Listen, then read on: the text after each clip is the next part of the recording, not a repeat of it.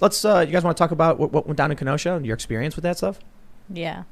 Where do we begin? This is a crazy story. Well, one thing too I wanted to kind of mention too, Tim, is not also like we know when we're in Kenosha, we're like obviously we're running around covering all the crazy stuff, but also taking the time the next morning and like actually speaking to the business owners who were like affected. Right. Even because like when I was going down, I think I woke up at like 7:30, hit the streets by like 8, and was interviewing the business owners.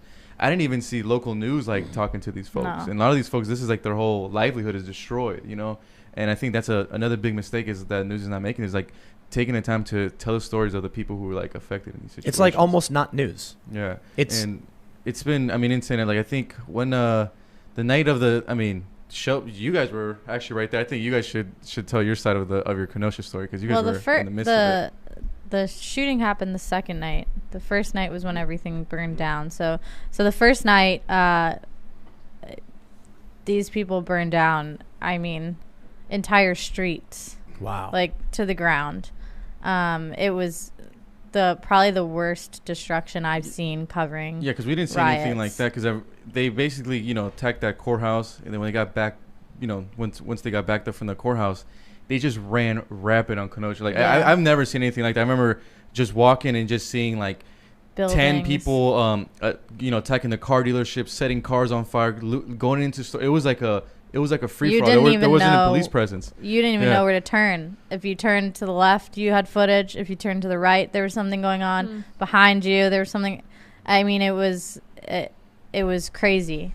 I think that's a good place to start the story at night of, though, because what happened was we all got pushed out from outside the courthouse around the fence, and all the protesters were pushed out to the park, and then a block beyond, which is where that car dealership was burned out that everybody saw on the first and second night. Massive car fires. But across the street from there, Shelby and I encountered some individuals who were working for that business who had power washers, and they were trying to put out the car fires. That was on the second night. The shooting happened on the third night. So I went in to get Wi-Fi at the hotel, and I saw on Twitter that there were armed individuals, and you guys were still out there. And I saw those videos and those photos of the armed individuals in front of the same business that we had just seen the guy with the power washer the previous night, because the fire department was nowhere to be seen. And so that's why I went out thinking, well, there's a story right there. Why are these armed individuals here? And that was actually, I arrived there 15 minutes before the shooting, and that's when I interviewed Kyle Rittenhouse. So it was just that short a period of time. What happened? Well, basically, I was just walking towards that business, and I saw at least 3 armed individuals on the ground, and then like 3 up top as well. And it was really dark up on the top of the building, which is a little bit intimidating when you know these guys are armed and you can't even really make out what they're holding or what they're doing. But I just said very loudly, are any of you guys willing to do an interview? Because again, we're trying to interview the full story here. Right. So not only the protesters, not only the rioters, the unresters, the cops, but also the people who are, there, whatever, to defend the small business or whatever they were doing. I just wanted to find out. And Kyle volunteered himself and basically interviewed him for 3 minutes. And then he mentioned that he was a trained medic. He mentioned that he was there to protect the small business that he was standing in front of.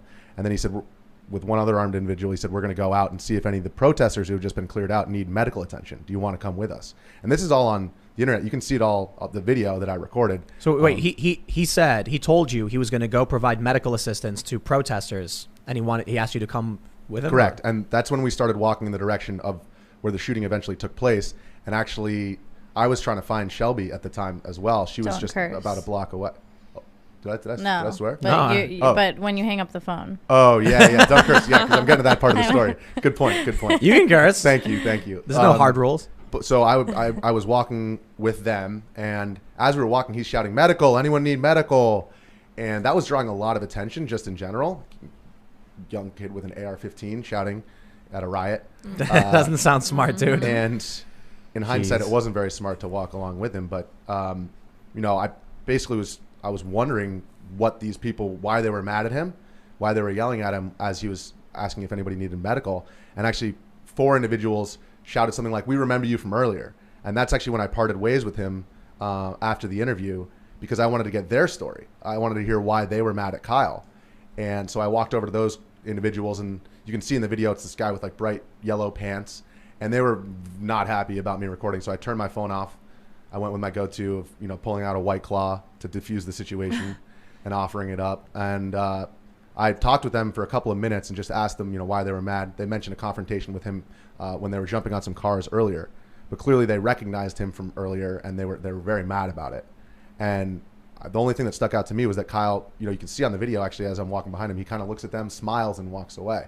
And I don't know if we've been to enough of these for us to know that stuff can descend into chaos pretty quickly. Yeah. And that's actually, after I finished speaking with them, is when I saw Kyle running with fire extinguisher in one hand and the gun in the other. And so I saw him running. I wanted to know, why is he running? What's he running towards? With a fire extinguisher. With a fire extinguisher. What's going on here? So actually that's when I got on the phone with Shelby. I started jogging after him, and that's the kind of thing where you're like, okay, something is about to go down. Right. And I said, Shelby, where are you?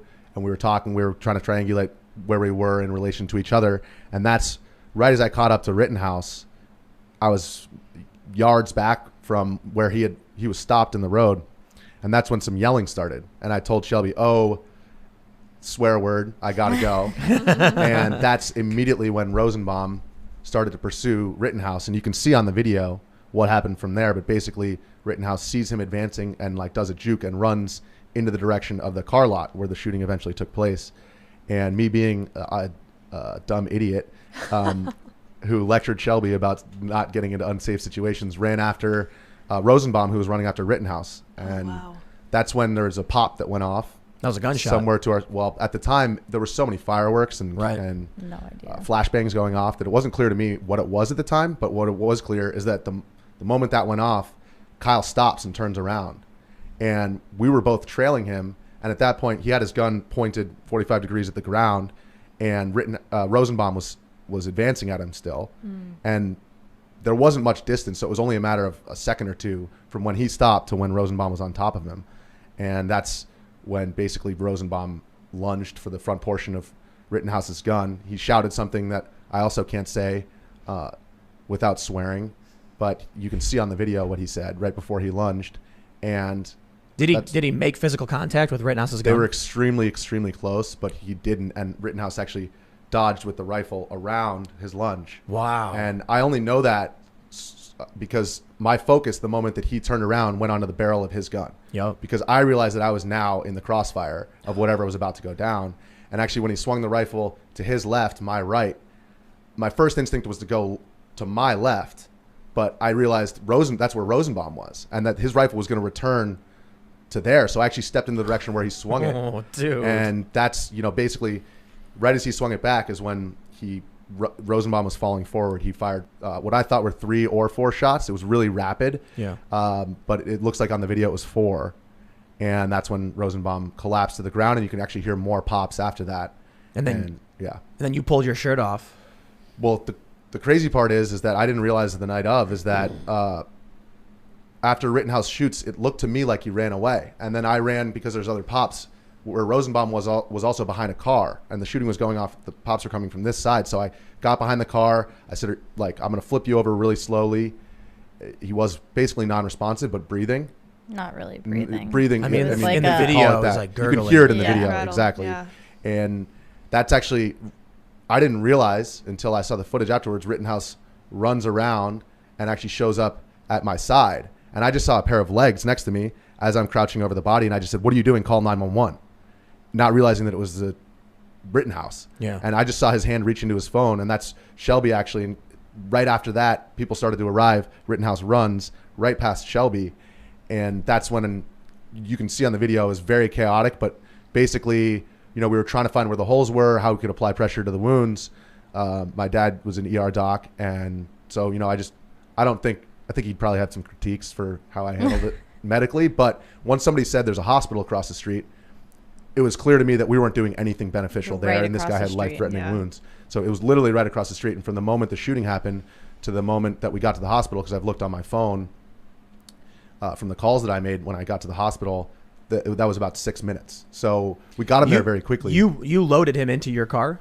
So I actually carried him across the street with a couple of other individuals. And you could see on the video how chaotic it is. And actually, as I'm loading him into as we were running across, this guy who worked at the hospital said, load him into the SUV. It'll be quicker if we do it that way. Pops the tailgate.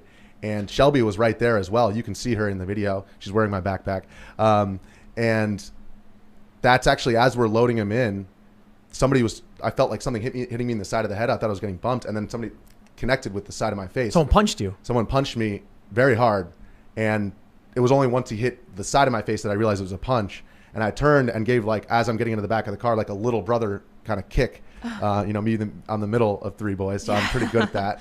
And that's when the medic or the hospital employee pulled away. And at that point, Rosenbaum was basically barely breathing, and he had like a very, very weak pulse. And it was pretty clear that was... Why'd you get punched? Well, you can see in the video right after the shooting, somebody says, did you shoot him? Yeah. And I say, what, me? F word, no. And so I think that just indicates to me that people were looking for who did it. They were angry. People were shouting. And I think whoever punched me thought that somehow, I don't know, that I was involved or whatever. Have you guys seen the video that Rittenhouse's lawyer put out breaking down the whole night? Yeah. So have you seen it? So they identified the guy who fired first, right? So what triggered Kyle to turn around? They say this is the guy. He's holding the gun, and at first people were reporting, New York Times said he fired into the air, but when you actually watch the video slowed down, it doesn't look like he fired in the air. It looks like he was shooting at Kyle or presumably Kyle, but that there were, I think, 3 more shots not from Kyle after he shot Rosenbaum, and it was reported that one of the hits to Rosenbaum went in his back. Yeah. Now, so my question is, you're there. Was this because Rosenbaum was spun around somehow, or do you think maybe he got shot by somebody else? Based on what I saw, Rosenbaum was falling forward as he lunged, and I do remember the sensation of something going past my legs, and it's not clear now looking afterwards whether that like when exactly that took place, because all the shots were such rapid succession. Right. But with respect to where Rosenbaum was hit, as he was falling forwards, it would make sense that actually he could have been hit there by Rittenhouse. Because he was falling forward, and then his head goes down. And for me, it was like one of those things. It's like that in the movie Snatch. Like, you always think, like when you're like in a dangerous situation, you might die. You'll do something like heroic. Like, I kind of just did. But I mean, I had my eyes fixed on the barrel, but he fired so quickly that it was very difficult for me to determine where that rifle actually connected with his body, because they were so close. They almost he fell like almost into him. Yeah, they were that close. So it was hard for me to tell specifically which shot went where. But the fact that he was falling forward like that, and Rittenhouse was shooting as he was falling down. Really? Yeah. I mean, you can see in the video, he fires that first shot, second shot. And I think just because of the momentum that Rosenbaum had, that the moment that he got hit, that momentum continued to carry him forward. Interesting. And you can see he landed right on his face. And so that's consistent with the fact that he lunged for the front portion of the rifle. So I'll ask more about the other guys in Kenosha, but you guys were there, and I don't know to what extent you witnessed everything beforehand, but would you consider what Kyle did to be self-defense? I definitely can't comment on that, because my role in this situation is I'm a witness, and I see. All I can say is what I saw. Yeah. And I saw Rosenbaum reach for the front portion of that gun, and I saw Rittenhouse dodge it and shoot. Now, I'm not going to comment on the laws in Wisconsin, what constitutes self-defense. I'm not a lawyer. I'm a video director. Right. But I saw what I saw from very close range. And like I said, given how focused I was on where the rifle was going, that was very, very clear. Can you talk about the charges on Kyle at all? Yeah, I think they're public. I can try to. I don't want to. I'm also because you're a witness. Yeah. I don't want to. Yeah, if it's too much, we'll just let me know. I'll let you know if I can't. Yeah. Well, yeah. So at this point, then you're at the hospital. So you didn't see any of the other stuff with like the other guys. I saw the guy who got shot in the bicep. Did he? I saw him come in. Whoa! Immediately after I loaded Rosenbaum onto the gurney, I was covered in blood, and I was actually preparing to go into the bathroom to rinse the blood off, and that's when he came in with 2 police officers, and they said, we have a shooter. We have another shooting victim. We have another shooting victim. And I looked at his arm and I was like, man, like that's his bicep was gone. It was gone. Yeah. I mean, I'm sorry to be graphic for people that are listening, but you can see in the video the meat of his arm vaporize. I'm not kidding. Like it turns into dust. I cannot believe he didn't lose his arm. And the bones were broken in there too. I mean, it was wow. Sure, yeah. So did you guys see? Were you guys there when then Kyle ran and like what happened next? So I was right across the street during that whole thing. So as soon as the shots rang out. Earlier, you were talking about the dumb people who like don't go to the ground. Yeah. So I ran towards the gunshots. Oh my! Wow. Because I was genuinely worried that Richie, who is not just my coworker but my friend, was shot, and so I was like, I don't know what I would have done if he was shot, but you know, I needed to make sure that the team was okay. And as I ran across the street. I think I got video of it actually. Kyle was running right past me, and there's people chasing him saying, you know, he's the shooter. Why'd you shoot him?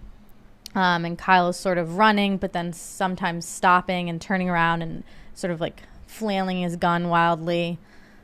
So I decided, you know, let's not chase after the guy with the flailing gun who people say just shot someone. Good call. And let's make sure the team's okay and everyone's okay. So I ran towards where the first shooting victim was, and this was all took like 10 seconds. Yeah. And when I got there, Richie was there was a guy on his back who he was shirtless, right? Yeah. And I was like, oh my God. Like white guy, shirtless on his back. I had no idea who it was. And then I saw another shirtless person. I was like, what's going on? Where'd the shirts go? Helping him. And I realized after a few seconds that it was Richie.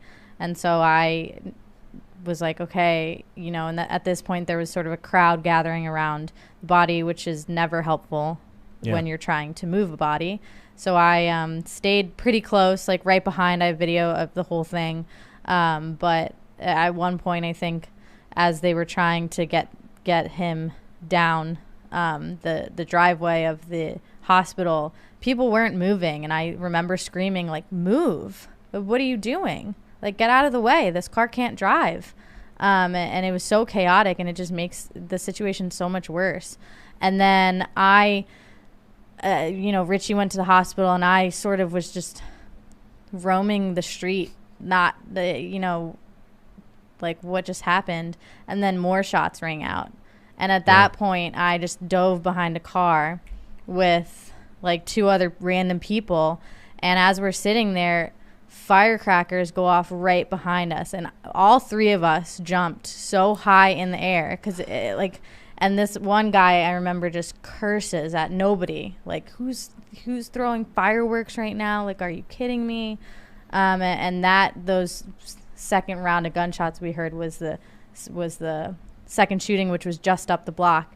And I thought it was really crazy that it took, both of these shootings must have happened, it probably took total 7 or 8 minutes, maybe less, but police officers were down the street because they had been out all night pushing the protesters and the rioters back. And I just was shocked that it took them so long after the first round of gunshots to get there.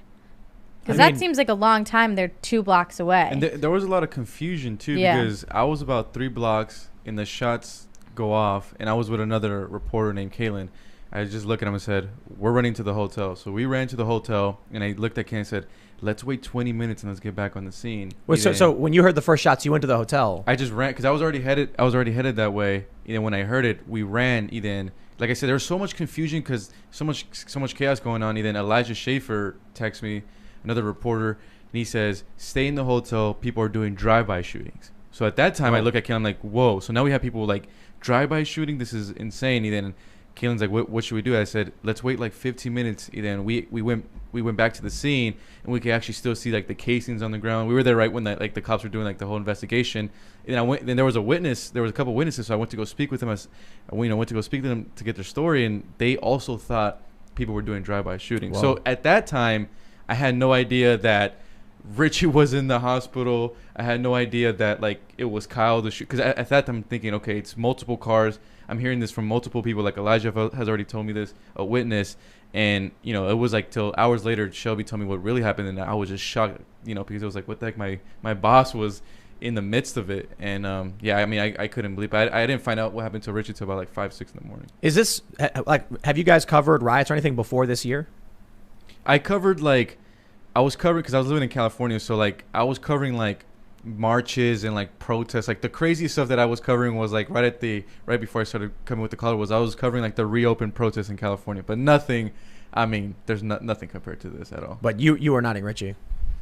Well, yeah, I started the collar in May of 17, and before that I was working as a video editor for Mark Levin, so I was not on the ground at all. But starting in May of 17, there was unrest, plenty of it, and so we've been covering that since the beginning. But I think the difference here is that in this election year, everything is being polarized and cast into one narrative box or another, and so I think the vacuum that exists now in terms of people being unwilling to cover the protests honestly is much bigger than it was in the past. So when we were in DC, right after, in DC after the inauguration, and then like Charlottesville and all that stuff, I think there was no shortage of coverage of those events, and hasn't been the case in the past 6 months. So I think that the opportunity that our team has to actually go there and really show what's happening is greater now, because it's more important now than before. The risk is going up. They're not letting people film. They're attacking people. That's also true, and I think that was not the case in protests leading up to this summer. They become incredibly aware of the fact that if crimes are perpetrated, all the people who are there who are press are going to be the ones who get them in trouble. Yep. And so they've known this for a long time, but they've just now, like, it wasn't. When you go to one of these unrests, whatever you want to call it, and I do think it's fair to draw the distinction between a protest, unrest, and riot, because unrest might have like some clashes with cops, but they're not burning things down, and and a protest is like people waving little signs and singing Kumbaya, and then a riot is just wanton destruction and everything. But for the longest time, they would say, don't let anyone film because you'll get arrested, use it as evidence.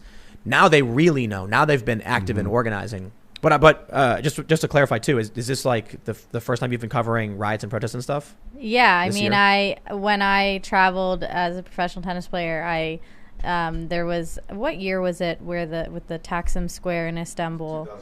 That was 2013. Yeah, so I did go there because I was there. Oh, really? Yeah. Maybe I saw you. But I was very much, because I always wanted to do sort of this field correspondence. I studied journalism in college, and so when I would go to these places, if there was something interesting going on, I would go just more for myself, just to check it out. And so I did do that, but really these were my first. I tried in 2019 when I first got to the collar, and there were some issues because I was a female. So I broke that barrier down, and breaking glass ceilings. Yeah, and so there depending on which country to go, there's definitely considerations that news organizations are becoming scared to address. So there was a news organization that sent a female reporter to Tahrir Square in Egypt, and of course, men took her. Yeah, and I mean, it's totally fair. I get it, but I think you can't blanket. All females cannot do this stuff. I think also so Tahrir Square, I was actually there in December of 2010 because I was studying Arabic in college, and I lived in Jordan, and that was right before the Arab Spring started. But there, as a female in a public place like that, I actually think Shelby being on the ground at these riots actually is much less threatening than Jorge or I. And as a result, she's able to blend in a lot Absolutely. more. And I think actually, despite me, well, you can call it asking you to walk around like a puppy dog, but I'm just trying. But my boss, Jeff Ingersoll, shout out to him. He said, if you, what did he say? If Shelby gets a black eye and you're not in the ICU, I'm gonna kill you. Oh, okay. So Got that's it. yeah. But it is good. I mean, I have to give credit to the collar because if you really want to do something and you can prove that you're capable of doing it, the freedom there is, it's an amazing place to start your career. It's an amazing place to work. And I think that makes it really different from a lot of other media companies. So the reason I ask is just to, get your sense of where we are now. Curious if you have any, understanding of or any perspective and experience with prior years. Thanks for checking out this clip from the Timcast IRL podcast. We do the show live Monday through Friday at 8 p.m. So come back to check us out when we go live. Don't forget to subscribe, hit the like button, hit the notification bell, and we are also available on all podcast platforms for free if you want to listen to us there. Thanks for hanging out, and we will see you all next time.